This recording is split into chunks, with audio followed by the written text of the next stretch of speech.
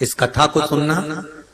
कहते हैं श्राद्ध पक्ष में ये कथा अगर सुन ली जाती है तो ब्राह्मण घर से अगर भूखा गया हो या दूसरी जगह से भोजन कर दूसरे घर में भोजन करने आए हो और हमारे पितर तृप्त नहीं होते हो, तो रहू और रहनी की कथा हमारे पितरों को जब सुनाई जाती है तो हमारे पितर संतुष्ट होकर आशीर्वाद प्रदान करते हैं। ये वो रहनी और रहू की कथा। बहन का नाम है रहनी और भाई का नाम है रहू।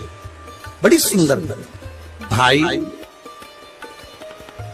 बहन की शादी हो गई, किसी कारणवश रहनी का पति चले गए, समाप्त हो गए, पर रहनी शिव भक्ति से दूर नहीं है। रहनी शंकर जी की आराधना में डूबी रही थी, रहनी शिव भक्ति में लगी रही।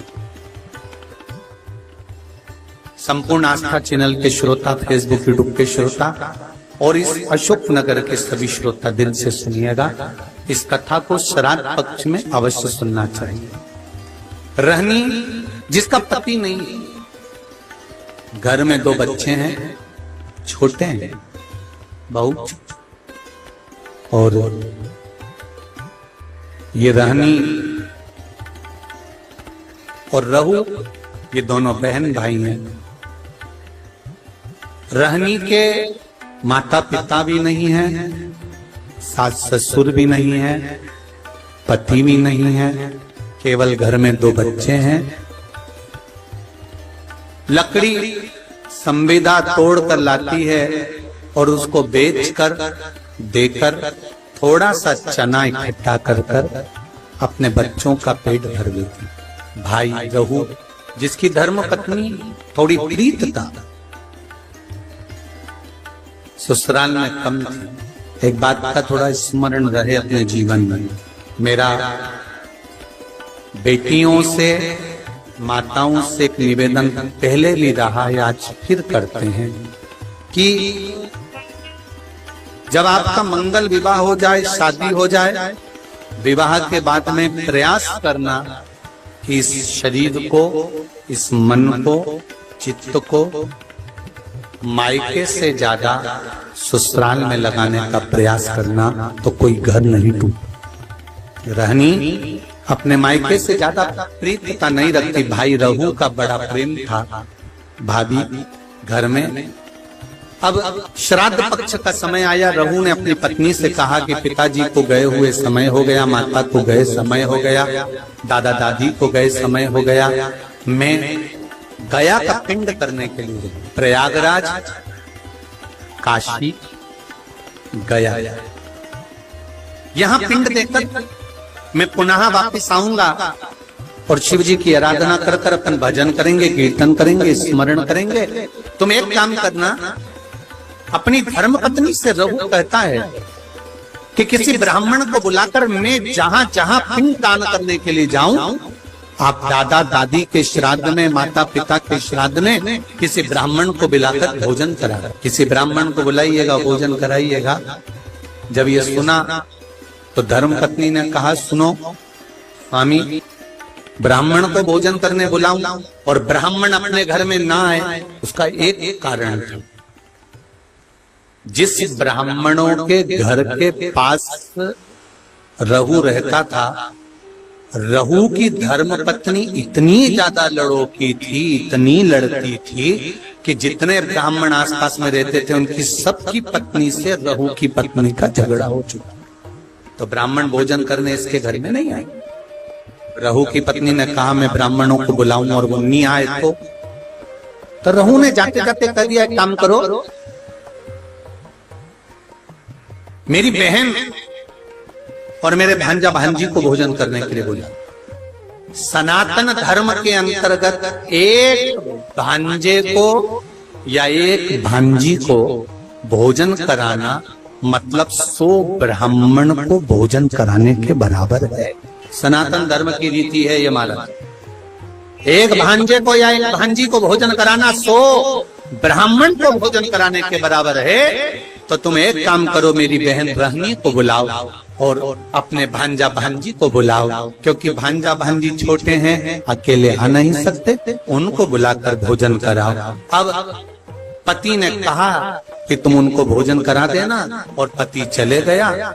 धर्म पत्नी इतनी विचित्र थी कि उसने अपनी ननंद को बुलाया तो सही, पर भांजा भांजी को मना करवा दिया कि उनको लेकर मत आना, और भोजन करने के लिए ननंद को नहीं बुलाया, भोजन का काम करने के लिए ननंद को बुलाया, और निमंत्रण मायके वालों को दे दिया कि श्राद्ध में मेरे दादाजी का श्राद्ध है, माता पिता का श्राद्ध है, आप सब आओ।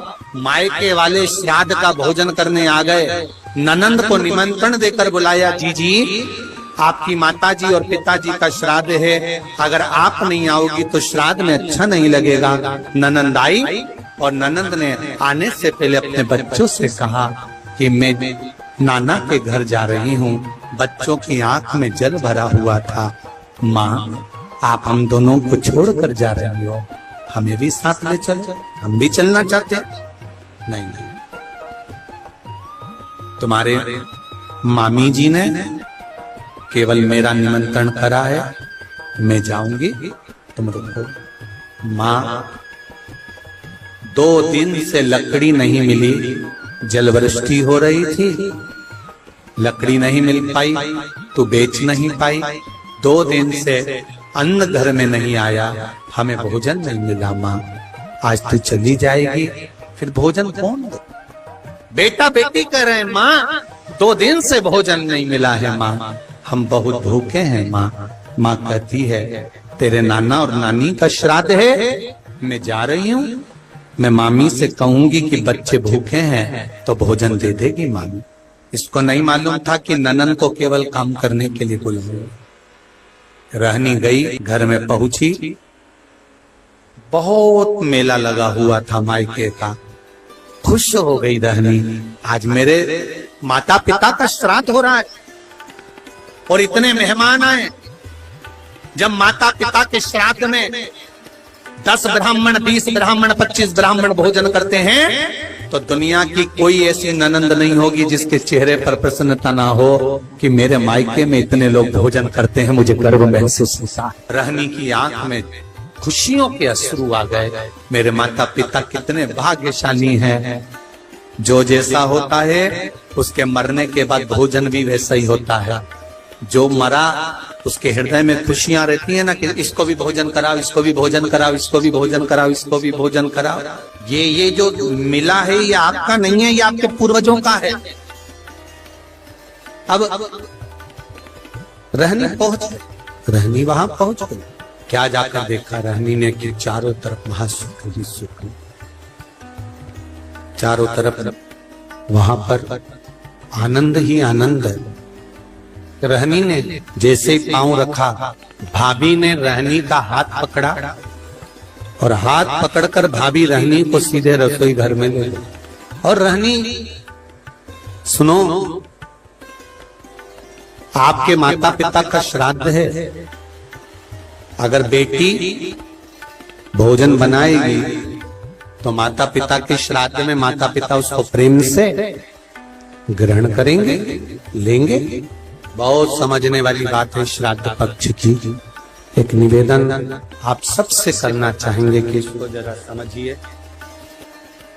इसको जरा जानना कि आप अपने घर में अगर नाना नानी का श्राद्ध कर रहे हो, भोजन बना रहे हो तो ठीक है, पर मायके में जाकर श्राद्ध का भोजन अगर बेटियां बना रही हैं, ससुराल से गई मायके और मायके में जाकर अगर बेटियां भोजन बना रही हैं तो वो श्रेष्ठ नहीं। मायके में जो भाभी हैं, भैया हैं, परिवार है, कुटुंब है, वो भोजन का निर्माण करे तो उसमें सुख का अनुभव होगा। पर भाभी ने कहा, जी भोजन आपको बनाना है क्योंकि आपके माता पिता का श्राद्ध है, तो माता पिता प्रसन्न होंगे, माता पिता को आनंद की अनुभूति होगी, माता पिता आनंद में होंगे। रहने ने कहा, ठीक है, अगर मेरे माता पिता मेरे हाथ का भोजन करना चाहते हैं तो मुझे बनाने में क्या दिक्कत, मैं बना देती। रहनी ने भोजन बनाया। बेटी इंतजार कर रही है कि ब्राह्मण आएंगे, मैं भोजन परोसूंगी। और ब्राह्मण आए तो मैं भोजन परोसूं, इसका इंतजार बेटी को हो रहा था। पर रहनी ने देखा ना कोई ब्राह्मण आया, ना कोई संत आया, ना कोई सदगुरु आया, ना कोई वहां भोजन करने के लिए पहुंचा। अगर वहां पर पहुंचे तो केवल भाभी के मायके वाले पहुंचे, जो सब भोजन करने के लिए लग गए। और रहनी से कहा गया कि इन सबको भोजन परोस दिया जाए। भोजन परोसा गया, सबने खाया। आखिरी में रहनी जब भोजन के लिए बैठी तो भाभी ने कहा, जीजी हमारे गोत्र का श्राद्ध है, इसलिए आप इस गोत्र में भोजन मत करो। हमारे गोत्र का श्राद्ध है, इसलिए आप इसमें भोजन ना करिए। रहनी को उठा दिया गया तो रहनी ने पत्तल जो लगी हुई थी उसको उठाकर कहा, क्या भाभी मैं अपने बच्चों के लिए, क्योंकि वो तो इस घर के भांजा भांजी लगते हैं, क्या उनके लिए भोजन ले जा सकती हूँ?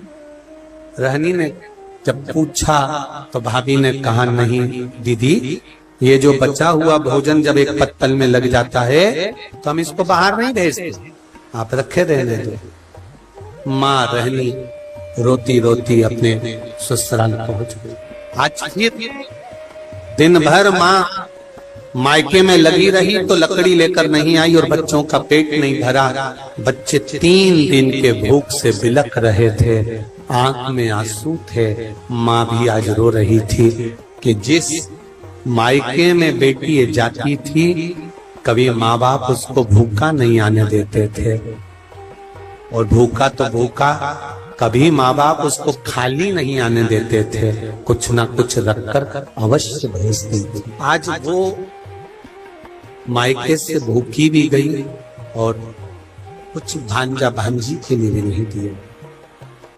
रहनी ने विचार करा कि मेरे परिवार में मेरे बच्चे भूखे हैं, क्या करूं? रो रही है, आंख से आंसू निकल रहा है, बच्चे माँ की गोद में आकर बैठ गए। माँ कुछ खाने का दे दे। माँ ने कहा, एक काम करती हूँ, मैं पड़ोसी के यहाँ जाती हूँ। और रहनी पड़ोसी के यहाँ गई। पड़ोसी के यहाँ जाकर हाथ जोड़कर कहा, मेरे बच्चे भूखे, क्या थोड़ा सा भोजन मिल सकता? पड़ोसी ने कहा कि भोजन तो था, पर अब भी हमने गाय माता को दे दिया, अब भोजन बचा। रहनी रो रही, रहनी की आंख में जल, और रहनी रोती रोती आंखों में जल भरी हुई घर पहुंच गई। बच्चे बिलख पड़े, माँ भूख लगी। बच्चे बिलख रहे थे। भाई रहू गया जी में जो पिंडदान कर रहा था, जैसे ही पिंड बनाए, पिंड सारे के सारे जितने थे वो काले पड़ गए। उसमें काली तिल भी नहीं डाली तो भी काले पड़ गए। पिंडदान करा। पंडित जी से पूछा, ब्राह्मण देवता मैंने पिंडदान करा, पर ये पिंड जो बनाए गए हैं ये सारे के सारे काले पड़ गए हैं, इन पिंड का काला पड़ना क्या कारण? ये पिंड काले क्यों पड़ गए? क्या कारण है कि पिंड काले हो गए? ब्राह्मण देवता ने कहा कि जब घर में सब ब्राह्मण भोजन कर रहे हो,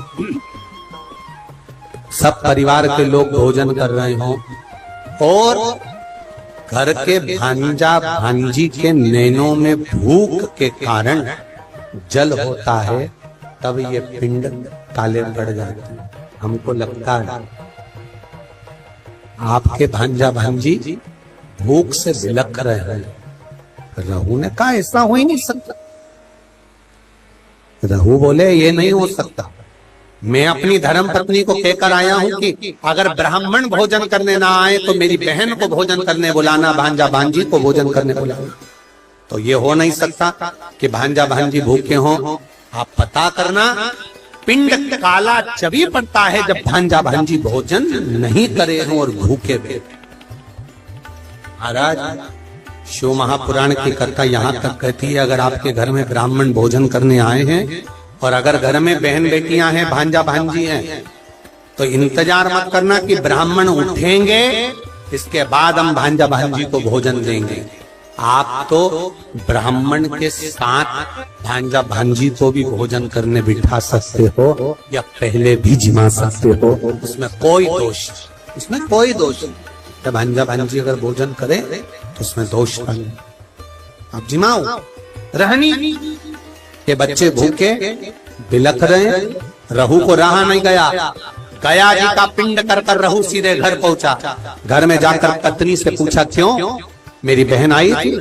हाँ, ना मानो तो पूछ लो सभी से, बहन आई थी कि नहीं आई थी? सबने कह दिया आई थी, रहनी आई थी। हाँ, तो इसको लगा कि रहनी आई थी तो बच्चे भी आए होंगे, इसने नहीं पूछा। घर गया बहन को, दीदी ओ दीदी। हाँ भैया वीरा क्या हो गया? दीदी जिस दिन मैं पिंडदान करने के लिए गया था, जिस दिन मैंने पिंड दिया, उस दिन तेरे बच्चे क्या भूखे थे बहन? क्या तेरे बच्चे भूखे थे? रहनी भाई के गले लगकर रो पड़ी, भैया केवल बच्चे ही नहीं, तेरी बहन भी तेरे दरवाजे से भूखी आई, आंखों में जल। तो चिंता मत कर बहन, मेरे माता पिता और इन भांजा भांजी के नाना नानी का श्राद्ध अब इस घर में करना। मैं विश्वास से कहता हूं बहन कि पितृदेव कृपा जरूर करेगा। कर भैया भोजन होता तो मैं अपने बच्चों को ना करा देती, तो क्यों चिंता करता? कल मैं भोजन भेजूंगा, तू श्राद्ध की तैयारी कर। तैयारी श्राद्ध की। भाई ने बैलगाड़ी में सामान भरवाया, भेजने लगे। जैसे ही बैलगाड़ी में सामान भरकर भेजा, पत्नी ने पूछ लिया इतना सारा आटा चावल शक्कर घी कहाँ जा रहा है? पति ने कह दिया सारा की सारा मायके वालों को थोड़ा सा घाटा लग गया तुम्हारे, तो उनके यहाँ भेजा जा रहा है। अब मायके वालों का कहकर वो सामान सारा की सारा भेज दिया बहन के घर में। बहन के घर में सामग्री तो पहुंच गई, पिंड की श्राद्ध की तैयारी हो गई। भोजन करने के लिए ब्राह्मण संत साधु भी आ गए, भोजन किया। जब आखिरी का दिन था, अमावस्या का दिन, आर्यमा स्वामी जब पितरों को लेने के लिए आए, सब पितर इकट्ठे हुए। सबसे पूछा गया आपको श्राद्ध पक्ष में अच्छे से भोजन तो मिला? आर्यमा स्वामी सबसे पूछते हैं, सबको भोजन तो मिला? सबने हाथ ऊंचे कर कर कहा आर्यमा स्वामी हम पितरों को अपने अपने घर में भरपेट भोजन मिला। पर रहनी के माता पिता की आंख से आंसू बहे। रहनी के माता पिता की आंख से आंसू बह रहे हैं। रहनी के माता पिता रो रहे थे तो पूछा पितरों के स्वामी आर्यमा ने, क्या बात है आप रो रहे हो? आपकी आंख में से आंसू गिर रहे हैं, क्या हुआ? क्यों रो रहे हो? रोने का कारण क्या है? कहा मेरे बेटे के घर गई थी भोजन करने के लिए, पर वहां तो मायके वाले जिम रहे थे तो भोजन नहीं मिला। पंचमी का श्राद्ध था हमारा, हम गए थे, भोजन नहीं मिला। तो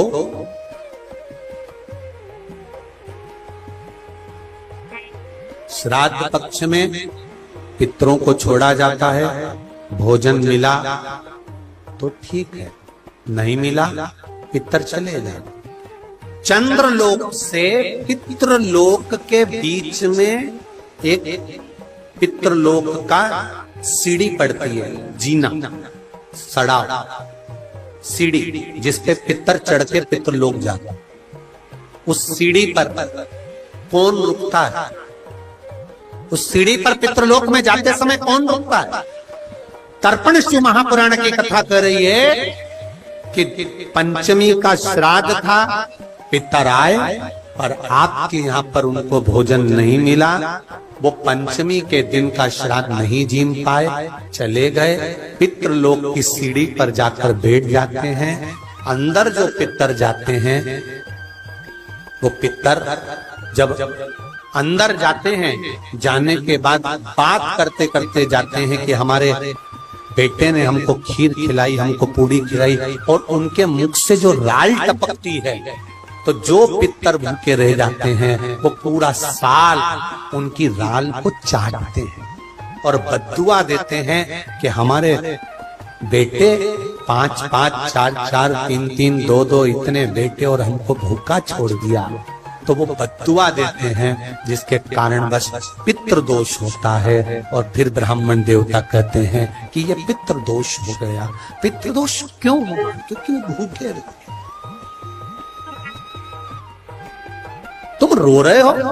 हाँ, मेरे बेटों ने भोजन नहीं कराया मुझको।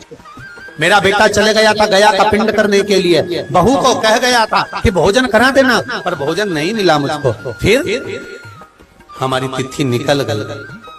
मेरा बेटा आया, बहन के घर बेटी के घर में उसने भोजन बनवाया तो हमारे निमित्तार्थ भोजन कराया। तो रो क्यों रहे हो? तुम्हें अमावस्या के दिन भोजन तो मिला ना, तुम्हें रोने का जरूरत क्या है? क्यों रो रहे हो? पितर कह रहे हैं, रो इसलिए रहे हैं कि बेटी के घर का खाया है। अगर शास्त्र कहता है कि बेटी के यहाँ का खा लो तो बैकुंठ निवास नहीं मिलता, तो हमें क्या निवास मिलेगा? शिव महापुराण की एक बात अच्छे से सुन लेना। अगर बेटी कमा रही है, बेटी समझदार है, आपने बेटी को अपने पांव पर खड़ा करा है और बेटी में विद्वत्ता है और बेटी अगर कमा रही है, समझदार है, उसको कमाने के लायक तुमने बना दिया, या बेटी का घर तुमने अच्छा ढूंढा, जमाई अच्छा ढूंढा, लड़का अच्छा ढूंढा जो बेटी को इसने वश रखता है, तो ऐसी बेटी के घर का खा भी लोगे तो नरक नहीं जाओगे, बेटी प्रसन्नता में। बेटी प्रसन्नता में खिलाती, बेटी के घर का भोजन। हाँ, मैंने किया है, तो मैं पितृलोक में कैसे किसको मुंह दिखाऊंगी? मैं पितृलोक में कैसे जाऊंगी? कहा आर्यमा स्वामी ने, घबराओ मती, तुम्हारी बेटी के घर में तुमने भोजन किया है, और बेटी के घर में भोजन किया तो वो भोजन तुम्हारे बेटे ने ही भेजा था, बस धर्म पत्नी को नहीं बताया था। पहुंचा तो था, चिंता ना करिए। बेटी के घर में श्राद्ध हुआ है तो भांजा भांजी ने नाना नानी का श्राद्ध करा है। सनातन हिंदू धर्म में जब गया जी में पिंड देने जाते हो, तर्पण करने जाते हो, पिंडदान करने जाते हो, तिलांजलि करने जाते हो, तो आज भी सनातन हिंदू धर्म में माता पिता के नाम के साथ में दादा दादी के नाम के साथ में पूछा जाता है नाना नानी का नाम। बोलो सही है कि गलत है? नाना नानी का नाम बोलिए, पर नाना नानी का नाम बोलिए, वहां बुलाया जाता। नाना नानी के घर का भी अगर भांजा भांजी अगर कर रहे हैं, श्राद्ध पक्ष मिलेगा अवश्य। तो क्या हमें भोजन मिला है? हाँ, हम आशीर्वाद दे दें? रुको, रहनी शाम के समय दिया लगाने आई हूं, उसके बच्चों को ले कुछ ऐसा दे देना, कुछ ऐसा दे देना कि रहनी को लकड़ी नहीं बेचना पड़े और बच्चों को भूखा नहीं देना पड़े। रहनी शाम को दिया लेकर पहुंची घाट पर, जहां पर पितर जल का प्रतीक्षा कर रहे थे, पानी पीने की तैयारी में थे, और पिता पानी का आचमन कर रहे थे। आर्यमा स्वामी ने आवाज लगाई, चलिए, चलने की तैयारी करिए, और अपने अपने घर के बच्चों को जिन जिन के यहाँ पर भोजन करा है उनको आशीर्वाद प्रदान। रहनी आंख में आंसू भरी, रहनी आई, रहनी ने आकर दीप अपने बच्चों से कहा आप लगाओ। कहा माँ आप दिया नहीं लगाओ? माँ कहती है मेरा हाथ खाली, तुम्हारे पिता नहीं, पास में शिव मंदिर था। रहनी के बच्चे दौड़कर शंकर के मंदिर में गए, शिव जी से कहा क्या मेरी माँ दिया नहीं लगा सकती। शंकर के मंदिर में शिव प्रकट होकर रहनी के पास जाकर कहते हैं, साधु के वेश में नारी अगर सौभाग्यवती है तो भी दिया लगा सकती है, और सौभाग्य नहीं तो भी लगा सकती है। पूर्वजों का उद्धार, पितरों के उद्धार के लिए ये नहीं देखा जाता कि ये भोजन बनाएगी कि नहीं बनाएगी, वो बनाएगी कि नहीं बनाएगी, वो करेगी कि नहीं। नहीं नहीं, पितरों के उद्धार के लिए आप छोटे हो, बड़े हो, मंझले हो, संजले हो, जो भी हो, शिव की कृपा पर। रहनी ने दिया लगाया, नाना नानी ने आशीर्वाद दिया, हमको भोजन मिला है। एक छोटा सा मट्टी का मटका बेटी के हाथ में पकड़ा दिया। इस मटके में से तू जब जब शिव का नाम लेकर कुछ निकालेगी, निकलता जाएगा। बेटी ने उस मटके में से सबसे पहले घाट पर जिस मंदिर में दर्शन करा था और जो संत मिला था उसको देने के लिए कहा, हे पितृदेव, हे शिव, हे ओघड़दानी, कुछ दक्षिणा देना है। उसमें से सोने की मुद्रा निकली और बाबा को देकर विदा। ऐसे मेरे ओघड़दानी रहनी को एक झंडा प्राप्त हुआ। शिव के नाम से, पितरों के नाम से उसमें स्मरण करने लगा। मेरा एक निवेदन आपसे भी है, ठेला चलाने वाला, ऑटो चलाने वाला, गाड़ी चलाने वाला, कबाड़ा बेचने वाला, भिक्षा मांगने वाला, एक गरीब से गरीब भी व्यक्ति एक घी का दिया अगर अमावस्या के दिन शाम के समय नदी, तालाब या बावड़ी के स्थान पर, घाट पर लगा दे, श्राद्ध पक्ष में, अगली जब श्राद्ध आए तो बताना जरूर पत्र लिखकर कि पितरों ने भंडार भरा कि नहीं भरा, दिया कि नहीं दिया, देते हैं कि नहीं देते, ये जरूर बता। अगली बार जहाँ कथा रहे तो आ जाना आप बताने के लिए अशोक नगर वालों की हमने। और जितने सुन रहे हैं भारत की भूमि पर, जितने देश विदेश में बैठकर कथा सुन रहे हैं, सब स्मरण करो और सबको सूचना दो कि श्राद्ध पक्ष की अमावस्या को शाम के समय पर दिया लगाने का फल क्या होता है। इस क्लिप को काट कर जनमानस तक भेजिए कि उसका लाभ क्या है, उसका फल क्या है।